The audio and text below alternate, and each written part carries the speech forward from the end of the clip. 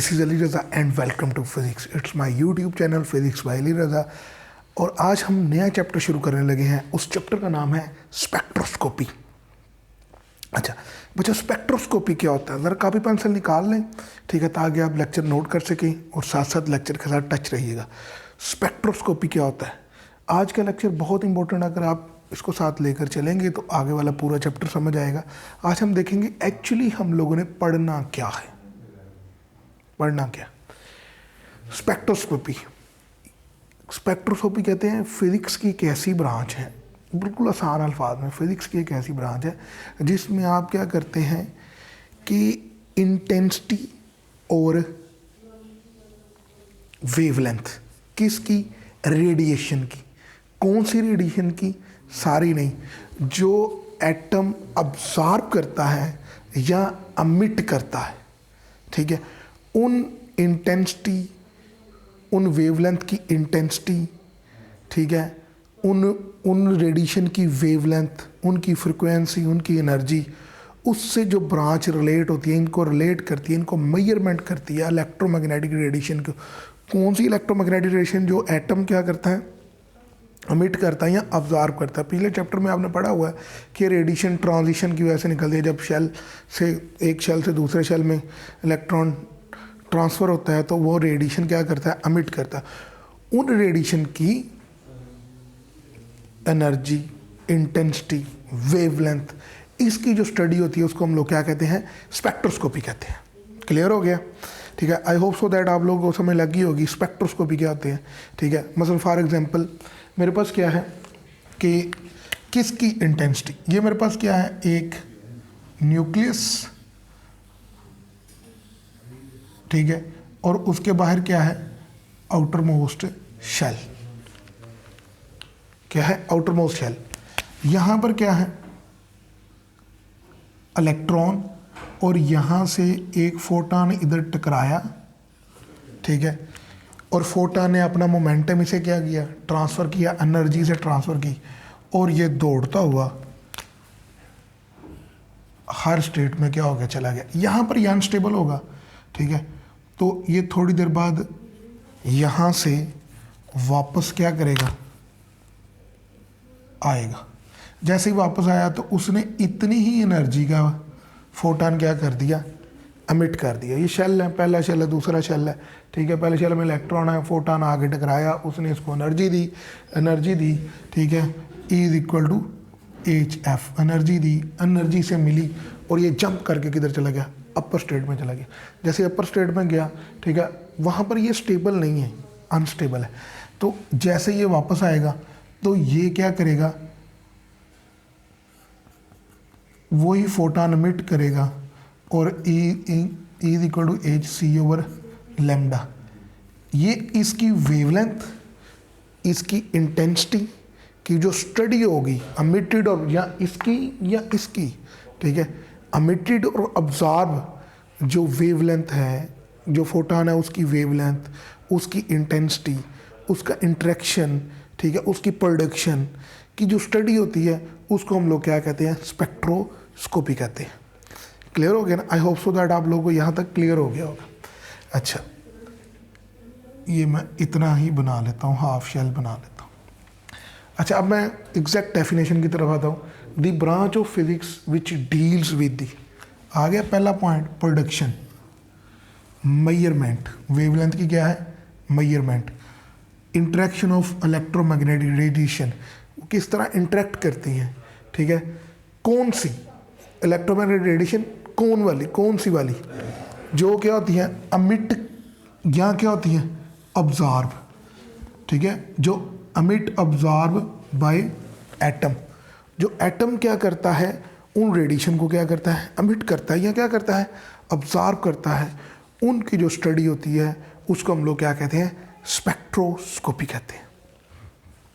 अच्छा, स्पेक्ट्रम किसे कहते हैं? रेनबो के पैटर्न देखा होगा आपने, वो भी क्या है? स्पेक्ट्रम होता है। यानी कि वाइट लाइट स्प्लिट होकर जब 7 कलर्स में बैठ जाती है तो उसका क्या होता है? स्पेक्ट्रम बनता है, ठीक है, उसको हम स्पेक्ट्रा कहते हैं। कलर्स की अरेंजमेंट को हम लोग क्या कहते हैं? स्पेक्ट्रम कहते हैं। क्या कहते हैं? कलर्स की अरेंजमेंट को हम लोग क्या कहते हैं? स्पेक्ट्रम कहते हैं। ठीक है, तो ये 3 तरह का होता है स्पेक्ट्रम। ठीक है, 3 तरह का होता है। पहले नंबर पे हमारे पास आ जाएगा कॉन्टिन्यूस। क्या आ जाएगा? कॉन्टिन्यूस स्पेक्ट्रा, स्पेक्ट्रम या स्पेक्ट्रा कह सकते हैं। पहला एक 3 तरह का ये होता है। ठीक है, और टाइप्स ऑफ एमिशन स्पेक्ट्रा। ठीक है, दूसरे को हम लोग क्या कहते हैं? Band spectra. इसके बाद जो नेक्स्ट आ जाएगा उसे हम क्या कहेंगे? Line spectra.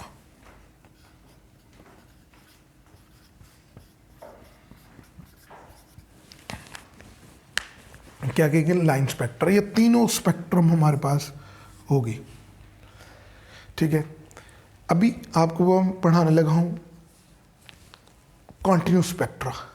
ठीक है, कॉन्टिन्यूस स्पेक्ट्रा क्या होता है कि एक ऐसा स्पेक्ट्रम एमिटेड या अब्जॉर्ब रेडिएशन का, ठीक है, जिसमें आप कलर्स को, वो आपस में क्या हुए होते हैं? डिफ्यूज हुए होते हैं।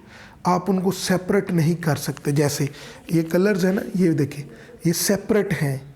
ठीक है, यहाँ तक किसकी रेंज है, यहाँ तक किसकी रेंज है, उसमें आप उसको कभी भी सेपरेट नहीं कर सकते। अभी जो डायग्राम स्क्रीन पर चल रही है इसमें देखिए ज़रा, तो आप उसको कभी भी क्या कर सकते हैं? हम उसको सेपरेट नहीं कर सकते। ठीक है, अब मैं इसकी डेफिनेशन कर दूँ। The spectrum in which boundary lines between colours can not be marked, mark नहीं होती वो। ठीक है, and colours are diffuse into each other, और कलर्स आपस में क्या हुए होते हैं? डिफ्यूज हुए होते हैं। ठीक है, इसकी जो एग्जाम्पल है, एग्जाम्पल वो है ब्लैक बॉडी रेडिएशन।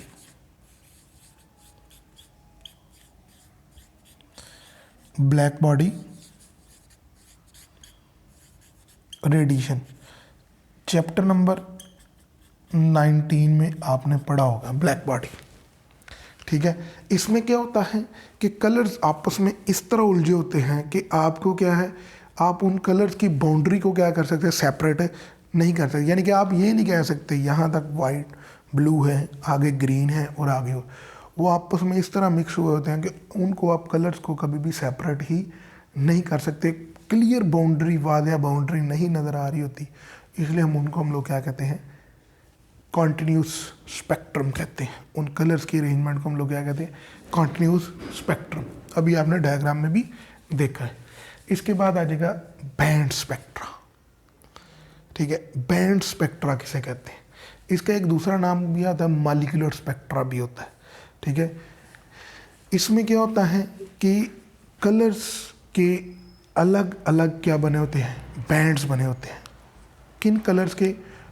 किन रेडिएशन का जो कलर्स होते हैं, लाइट के जो कलर्स होते हैं, उनके अलग अलग क्या होते हैं? बैंड्स बने होते हैं। ठीक है, जब ये स्पेक्ट्रा हम किसी भी चीज़ पर इसका स्केच लेते हैं तो हमारे पास वो बैंड्स की शक्ल में आता है। अब आप कहेंगे सर वो किस तरह आता है? ठीक है, बैंड्स की शक्ल, अभी डायग्राम चल रही है एक, उसमें आप देखेंगे तो डिफरेंट क्या है? बैंड्स बने हुए हैं। ठीक है, बैंड्स हम लोग क्या कहते हैं कि कलर्स की विड्थ जो है उनके दरमियान डिस्टेंस से क्या होगी? ज़्यादा हो तो वो बैंड होता है। ठीक है, कलर्स की जो विड्थ है उनके दरमियान जो सेपरेशन है, ठीक है, उससे, ठीक है, कलर्स की विड्थ सेपरेशन से क्या होगी? अगर ज़्यादा हो तो वो क्या बनेंगे? आपके पास क्या बनेंगे? बैंड्स बनेंगे। ठीक है, बैंड्स इस तरह के बने होंगे। ठीक है, मैं ये ड्रा भी कर देता हूँ आपको। ये देखिए ज़रा, ये ब्लू,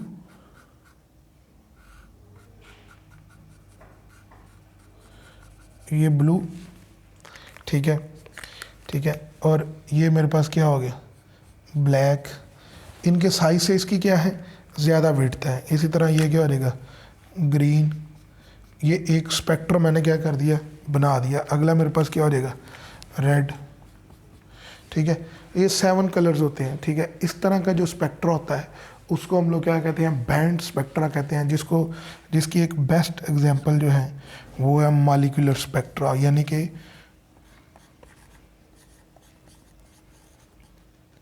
मॉलिक्यूलर स्पेक्ट्रा। अब मॉलिक्यूलर स्पेक्ट्रा क्या होता है, ठीक है, कि जब लाइट मॉलिक्यूल से गुजर कर क्या होती है, स्प्लिट होती है 7 कलर्स के अंदर, ठीक है, डिफरेंट कलर्स के अंदर, ठीक है, यानी कि पीछे से लाइट आ रही है, वो मॉलिक्यूल से गुजरेगी, ठीक है, कोई भी सॉल्यूशन है उनके मॉलिक्यूल से जैसे ही गुजरेगी तो आगे स्प्लिट हो जाएगी 7 कलर, तो वो क्या बनाएगी, आगे जो कलर्स का पैटर्न बनाएगी वो क्या बनाएगी, बैंड बनाएगी। आपने प्रिज्म वाली एग्जांपल देखी होगी, प्रिज्म से लाइट जब गुजरती है तो वो स्प्लिट हो जाती है, ठीक है, इसको हम लोग क्या कहते हैं, मॉलिक्यूलर स्पेक्ट्रा, ठीक है। इसके बाद आ जाएगा मेरे पास क्या आ जाएगा, लाइन स्पेक्ट्रा, ठीक है, क्या आ जाएगा, लाइन स्पेक्ट्रा। लाइन स्पेक्ट्रा क्या होता है कि जो आपके पास जो कलर्स बन रहे हैं, ठीक है, जो स्पेक्ट्रम है, ये पैटर्न है, इसके ऊपर जो कलर्स हैं उनकी सिंगल वेवलेंथ अलग अलग डिस्क्रीट हो, जैसे ये रेड की, ब्लैक की, ग्रीन की, रेड की, ब्लू की, ठीक है, इसको हम लोग क्या कहते हैं, लाइन स्पेक्ट्रा कहते हैं। क्या कहते हैं, लाइन स्पेक्ट्रा, या इसको हम लोग क्या कहते हैं, एटॉमिक स्पेक्ट्रा। एटॉमिक स्पेक्ट्रा मतलब कोई एटम है उसमें से जब रेडिएशन गुजरती है, या कोई मटेरियल एटम से कंसिस्ट है, वो एटम से जब रेडिएशन निकलती है, ये मॉलिक्यूल्स वो क्या है, एटम। एटम से जब रेडिएशन निकलती है तो जब वो आगे स्क्रीन पर ड्रॉ होती है तो लाइंस, डिस्क्रीट लाइंस स्क्रीन के ऊपर क्या होती हैं, शो होती हैं ऐसे, ये स्क्रीन है, ये ब्लू, ये डिस्क्रीट लाइंस क्या होना शुरू हो जाएंगी, स्क्रीन के ऊपर शो हो जाएंगी रेडिएशन की, ठीक है, तो उसको हम लोग क्या कहते हैं, डिस्क्रीट लाइंस ऑफ कलर, ठीक है, of radiation shows on a screen passing through the atoms, ठीक है। इस तरह के स्पेक्ट्रम को हम लोग क्या कहते हैं, लाइन स्पेक्ट्रा कहते हैं। और डिस्क्रीट का मतलब ही क्या होता है, अलहदा अलहदा, जैसे discrete 1 not 1.1 1 2 3 4 5 6, these are the discrete order, यानी कि 1 2 के साथ जुड़ा नहीं हुआ, 1 अलग और 2 अलग, ठीक है। आप ये नहीं कह सकते 1.5 2.5 3.5, ये डिस्क्रीट ऑर्डर है, नहीं होता, ठीक है। तो अभी हमने जो बात पढ़ी है, ठीक है, तीनों तरह के स्पेक्ट्रम को हमने क्या कर दिया, डिस्कस कर दिया। इसकी भी डायग्राम भी स्क्रीन के ऊपर क्या हो रही होगी, चल रही होगी, ठीक है। तो तीनों तरह के हमने स्पेक्ट्रम पढ़े। अच्छा बच्चे, पिछले आज चैप्टर का एक आर्टिकल रह गया हुआ था, ठीक है, अभी मैं वो पढ़ाने लगा हूँ साथ इसके, और साथ कोई एक्सरसाइज के 2-4 क्वेश्चन भी कराऊंगा, ठीक है, ताकि आप लोगों को काफ़ी सारा नॉलेज मिल सके, ठीक है। तो पिछले चैप्टर का जो आर्टिकल रह गया था वो था वेव पार्टिकल डुअलिटी, ठीक है, जिसमें बोहर और डिफरेंट साइंटिस्ट के व्यूज़ जो हैं वो मैंने एक्सप्लेन करने थे। क्लियर? ले जी बच्चे, अभी हम पढ़ने लगे हैं वेव पार्टिकल डुअलिटी, ठीक है। पिछले चैप्टर का एक आर्टिकल रह गया था, और ये जो अभी मैं लिखने लगा हूँ ये एक्सरसाइज का एक शॉर्ट क्वेश्चन भी है, ठीक है, वो बता देगा। पहले हम लाइट की वेव नेचर डिस्कस करते हैं। लाइट की वेव नेचर, कौन कौन से फिनोमेना लाइट की वेव नेचर को क्या करते हैं, एक्सप्लेन करते हैं। पहले नंबर पे जो पहला फिनोमेना है, ठीक है, वो है रिफ्लेक्शन,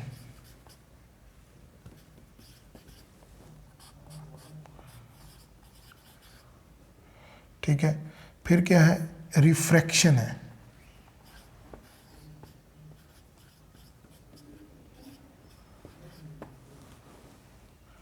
ठीक है, जिसे रिफ्रैक्शन भी कहते हैं।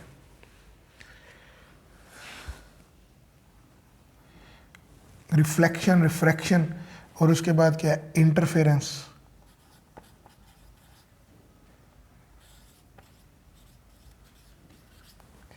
और फिर मेरे पास क्या है, डिफ्रैक्शन, ठीक है। ये दोनों तो होते ही रहेंगे, लेकिन सबसे इम्पोर्टेंट ये चीज़ें हैं, इन दोनों ने क्या किया था, कंफर्म किया था लाइट क्या होती है, वेव नेचर रखती है। कोई भी पार्टिकल अगर ये दो फिनोमेना परफॉर्म कर दे, वो कोई भी वेव, कोई भी चीज़ अगर ये दो फिनोमेना परफॉर्म कर ले तो हम उसे वेव कंसिडर करते हैं। अभी मैं लाइट को डिस्कस कर रहा हूँ, लाइट को, ठीक है। और इसके बाद देखिए हमारे पास आ जाएगा पार्टिकल नेचर ऑफ लाइट। तो ये हमें कब पता चला, पहले नंबर पे है हमारे पास है फोटो इलेक्ट्रिक इफेक्ट, दूसरे नंबर पे है कॉम्पटन इफेक्ट, और तीसरे नंबर पे क्या है पेयर प्रोडक्शन। ठीक है, ये सारे फिनोमिनस जो हैं ये चीज़ एक्सप्लेन कर रहे हैं कि लाइट जो है वो पार्टिकल नेचर रखती है। ठीक है, अभी हमने ये लाइट को दो चीज़ों में क्या कर दिया, कंफर्म किया कि लाइट वेव नेचर भी रखती है और लाइट क्या रखती है, पार्टिकल नेचर। अब वेव पार्टिकल डुअलिटी यानी कि पार्टिकल वेव नेचर रखता है कि नहीं रखता। ठीक है, पार्टिकल वेव नेचर रखता है कि नहीं रखता। ठीक है, सबसे पहले पार्टिकल नेचर ऑफ इलेक्ट्रॉन, ये क्योंकि पढ़ा हुआ है, सबसे पहले जे थॉमसन था। ठीक है, जे थॉमसन, इसने एक्सपेरिमेंट करके E/m charge to mass ratio of क्या की थी, इलेक्ट्रॉन की फाइंड आउट की थी। और इसने कहा था कि इलेक्ट्रॉन, इसका ये एक्सपेरिमेंट कंफर्म करता है कि इलेक्ट्रॉन पार्टिकल नेचर रखता है। इलेक्ट्रॉन कौन सी नेचर रखता है, पार्टिकल नेचर रखता है। क्लियर हो गया, इलेक्ट्रॉन कौन सी नेचर रखता है, पार्टिकल। इसने कंफर्म किया था कि इलेक्ट्रॉन की, क्योंकि मैस हमने कैलकुलेट कर लिया ना, charge to mass ratio of electron. ठीक है, चार्ज तो पहले ही पता था, इससे हमने मैस भी क्या कर लिया, कैलकुलेट कर लिया। अच्छा, इसके बाद देखिए इलेक्ट्रॉन की वेव नेचर, कल सेकंड लास्ट लेक्चर आपने पढ़ा, उसमें आपने एक चीज़ पढ़ी, किस चीज़ ने, किन्होंने प्रूव किया था, डेविसन एंड जर्मर एक्सपेरिमेंट हम लोगों ने पढ़ा। ठीक है, ये जो एक्सपेरिमेंट पढ़ा हमने, इसमें हमने क्या चीज़ प्रूव की, इलेक्ट्रॉन हैव वेव नेचर। ठीक है, पहले इलेक्ट्रॉन लिया, फिर उसकी प्रैक्टिकल वेव कैलकुलेट की, और फिर हमने थ्योरेटिकल ब्रैग्स इक्वेशन लगा कर इसकी क्या की थी, वेव कैलकुलेट की थी।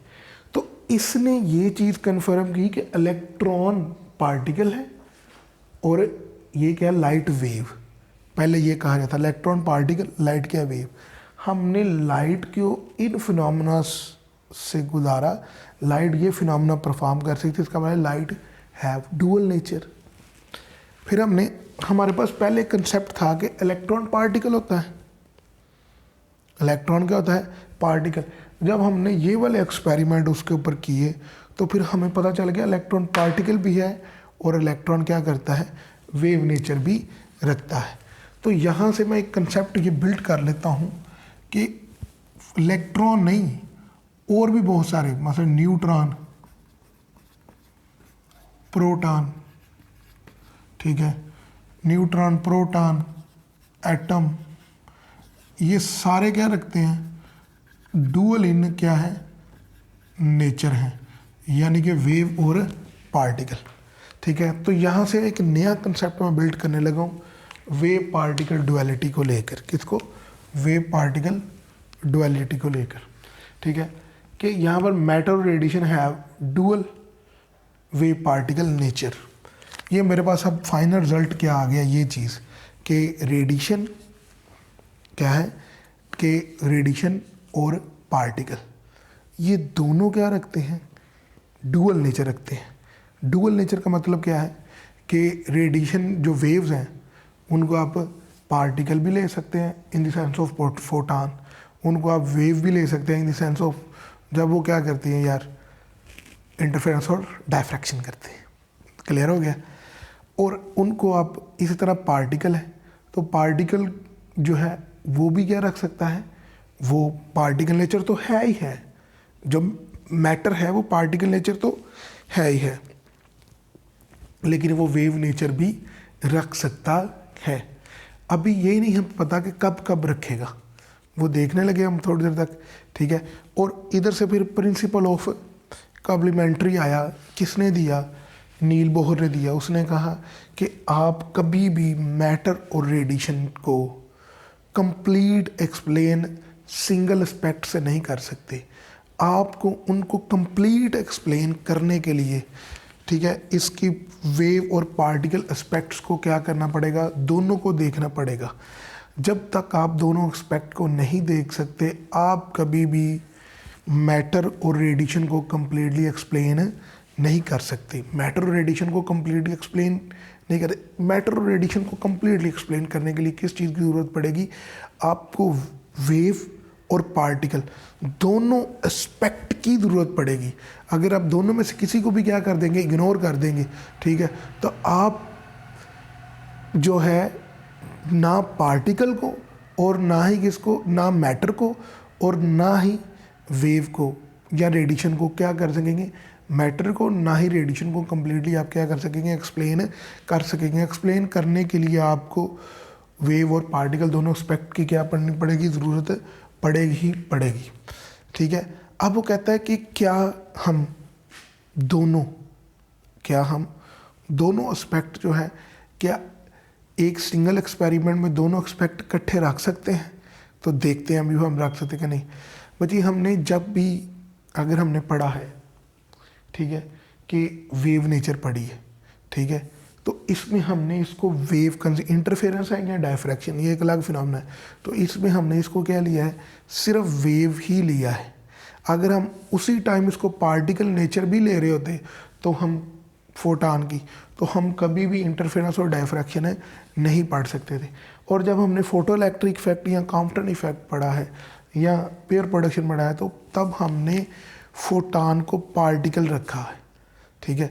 अगर वेव रखते तो कभी भी फोटो इलेक्ट्रिक इफेक्ट भी नहीं ऑब्जर्व कर सकते थे, कॉम्पटन भी नहीं ऑब्जर्व कर सकते थे, और पेयर प्रोडक्शन। मसलन कॉम्पटन की बात करें, कॉम्पटन इफेक्ट मैंने पढ़ाया आपको, तो उसी बात वेव में वेवलेंथ का चेंज पॉसिबल नहीं है, ठीक है, टकराने के बाद, ठीक है, जबकि पार्टिकल में ये है, ठीक है। तो जब वेव का वेवलेंथ का चेंज पॉसिबल नहीं है, तो फिर कॉम्पटन इफेक्ट भी पॉसिबल नहीं है जब हम वेव नेचर कंसीडर करेंगे। क्लियर हो गया ना। और वेव में कभी भी मोमेंटम ट्रांसफ़र नहीं होता, ठीक है। ये फोटो इलेक्ट्रिक इफेक्ट में मोमेंटम ट्रांसफ़र होता है, इलेक्ट्रॉन इजेक्ट हो जाता है, ठीक है। तो जब आप उसको पार्टिकल नेचर रखेंगे, ठीक है, तो तब ही आप क्या कर सकेंगे? इन फिनोमेनास को एक्सप्लेन कर सकेंगे। लेकिन अगर जैसे ही आप वेव नेचर रखेंगे तो ये फिनोमेनास एक्सप्लेन हो ही नहीं सकते। तो इसका मतलब क्या हुआ? एक एक्सपेरिमेंट के अंदर आप सिर्फ उसका क्या कर सकते हैं?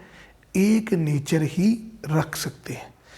अगर आप दोनों नेचर एक एक्सपेरिमेंट में, आप एक एक्सपेरिमेंट के अंदर इसके दोनों फिनोमेनास को क्या करेंगे? एक्सप्लेन करेंगे, तो आप कभी भी ठीक है, वो फिनोमेना ऑब्जर्वेबल नहीं हो सकेगा, ठीक है।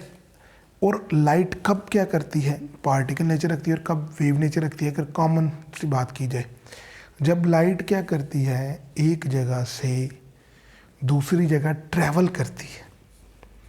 जब लाइट एक जगह से दूसरी जगह ट्रैवल करती है, तो तब बच्चे लाइट की वेव नेचर क्या कर जाती है? डोमिनेट कर जाती है। और जब लाइट क्या करती है? स्ट्राइक करती है, तो उस वक्त लाइट की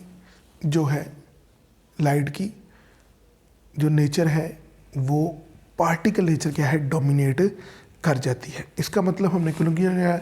लाइट ट्रैवल करे तो वेव स्ट्राइक करे तो पार्टिकल। इन सारे फिनोमेनास के अंदर क्या होता है? लाइट ट्रैवल कर रही होती है, ठीक है। तो ये सारे फिनोमेनास वेव नेचर को, इन सारे फिनोमेनास में लाइट क्या कर रही होती है? स्ट्राइक कर रही होती है। तो वहाँ पर क्या है? पार्टिकल नेचर डोमिनेट होती है। बस फोटो इलेक्ट्रिक इफेक्ट में लाइट स्ट्राइक करती है तो मोमेंटम ट्रांसफ़र होता है, ठीक है, और उसी वजह से इलेक्ट्रॉन वहाँ से इजेक्ट होता है मैटर सरफेस से। तो लाइट की कौन सी है? Particle nature. कॉम्पटन इफेक्ट में लाइट टकराती है और इलेक्ट्रॉन को मोमेंटम ट्रांसफ़र करती है, एनर्जी ट्रांसफ़र करती है, जिसकी वजह से इसकी वेवलेंथ के अंदर क्या आ जाती है? चेंज आ जाती है। तो ये कौन सा इफेक्ट हो गया? ठीक है, कॉम्पटन इफेक्ट के अंदर भी क्या आएगा? ठीक है, कि लाइट पार्टिकल नेचर है, ठीक है। अगर आप वेव नेचर कंसिडर कर लें, ठीक है, तो कॉम्पटन के अंदर क्या होता है? वेवलेंथ चेंज होती है, ठीक है। और हमने ये पढ़ा हुआ है कि जब लाइट टकराए किसी जगह पर तो उसकी वेवलेंथ के अंदर कोई चेंज नहीं आता, जबकि काउंटर इफेक्ट में वेवलेंथ के अंदर चेंज आता है। तो इसीलिए वेव नेचर कांस्टेंट को डिस्क्राइब ही नहीं कर पाती। क्लियर हो गया? कांस्टेंट को डिस्क्राइब करने के लिए लाइट का पार्टिकल नेचर होना बहुत ज़रूरी है। ये सारे फिनोमेनन में लाइट क्या स्ट्राइक कर रही है, जब स्ट्राइक कर रही है तो उसकी कौन सी प्रॉपर्टीज आ रही है? पार्टिकल। और जब लाइट ट्रैवल कर रही है इन सारे फिनोमेनन तो उसकी कौन सी प्रॉपर्टीज आ रही है? वेव। अच्छा, तो हमने आज के लेक्चर में ये चीज़ सीखी। पहले नंबर पे शॉर्ट सा ब्रीफ देने लगा कि light particle nature, wave nature रखती है। इलेक्ट्रॉन पार्टिकल नेचर और वेव नेचर रखता है। ठीक है, इसी कंबाइन कंसेप्ट को हमने ये चीज़ डिस्क्राइब किया कि इलेक्ट्रॉन मैटर है ना, तो मैटर क्या कर रहा है? पार्टिकल और वेव नेचर। लाइट रेडिएशन है तो रेडिएशन क्या कर रही है? वेव नेचर और पार्टिकल नेचर। तो इन दोनों कंसेप्ट को कंबाइन करें तो हमने wave particle duality. Wave particle duality ये क्या है कि मैटर और रेडिएशन को कंप्लीटली एक्सप्लेन करने के लिए किस चीज़ की ज़रूरत पड़ती है? दोनों एस्पेक्ट की ज़रूरत पड़ती है। ठीक है, मैटर और रेडिएशन अपने दोनों एस्पेक्ट रखते हैं, वेव और पार्टिकल नेचर। कभी भी आप ऐसा नहीं कर सकते, ठीक है, कि आप मैटर और रेडिएशन को without any help, without single aspect से आप कंप्लीट क्या कर सके? एक्सप्लेन कर सके। इसको हम प्रिंसिपल ऑफ कॉम्प्लीमेंट्री कहते हैं। ठीक है, नील बोहर ने कहा था, उसने कहा था कि कभी भी आप रेडिएशन और मैटर को, ठीक है, पहले ही बताया, रेडिएशन और मैटर को एक एस्पेक्ट यानी कि वेव या पार्टिकल नेचर से कभी भी आप उसको कम्प्लीटली डिस्क्राइब नहीं कर सकते। कम्प्लीटली डिस्क्राइब करने के लिए, ठीक है, आपको उसके दोनों एस्पेक्ट की क्या होती है? ज़रूरत होती है। और अभी हमने एक चीज़ पढ़ी कि ये दोनों जो है वेव और पार्टिकल नेचर, ठीक है, किसी भी सिंगल एक्सपेरिमेंट के अंदर दोनों नहीं हो सकते। अगर दोनों होंगे तो वो एक्सपेरिमेंट ही पर जो है वो गलत हो जाएगा।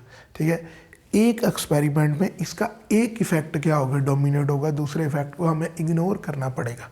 अगर हम दोनों एस्पेक्ट देखेंगे तो फजूल सी बात है। ठीक है, तो एक एक्सपेरिमेंट परफॉर्म करते हुए इसका सिर्फ एक एस्पेक्ट ही देखा जाएगा, एक एक्सपेरिमेंट को परफॉर्म करते हुए। क्लियर हो गया? ठीक है, और दूसरी बात यह है कि जब भी लाइट की एनर्जी मेगा इलेक्ट्रॉन वोल्ट्स में होती है तो उस वक्त light as a particle nature, क्योंकि एनर्जी ज़्यादा, वेवलेंथ छोटी और फोटॉन नेचर डोमिनेट। ठीक है, photon nature dominate means particle nature dominate. और जब भी एनर्जी क्या होगी? इलेक्ट्रॉन वोल्ट्स में होगी। जैसे ये जो विजिबल लाइट है इसकी एनर्जी इलेक्ट्रॉन वोल्ट्स में होती है। ठीक है, जब भी एनर्जी इलेक्ट्रॉन वोल्ट्स में होगी तो उस वक्त उसके कौन सी नेचर डोमिनेट कर जाएगी? वेव नेचर क्या कर चुकी होगी? डोमिनेट कर चुकी। क्यों? क्योंकि एनर्जी कम, वेवलेंथ लंबी, और हम उसको वेव नेचर ही क्या करेंगे? डोमिनेट करेंगे। क्लियर हो गया ना? इन सब में हाई एनर्जी होती है, इन सब में लो एनर्जी होती है, इन सब में शॉर्टर वेवलेंथ, इन सब में लॉन्गर वेवलेंथ। ठीक है, आई होप सो दैट आप लोगों को मेरा लेक्चर अच्छा लगा होगा। अगर मेरा लेक्चर अच्छा लगा तो काइंडली लाइक करें, शेयर करें और सब्सक्राइब करें। ठीक है, कल अगले लेक्चर के साथ मिलेंगे। ओके जी, अल्लाह हाफ़िज़।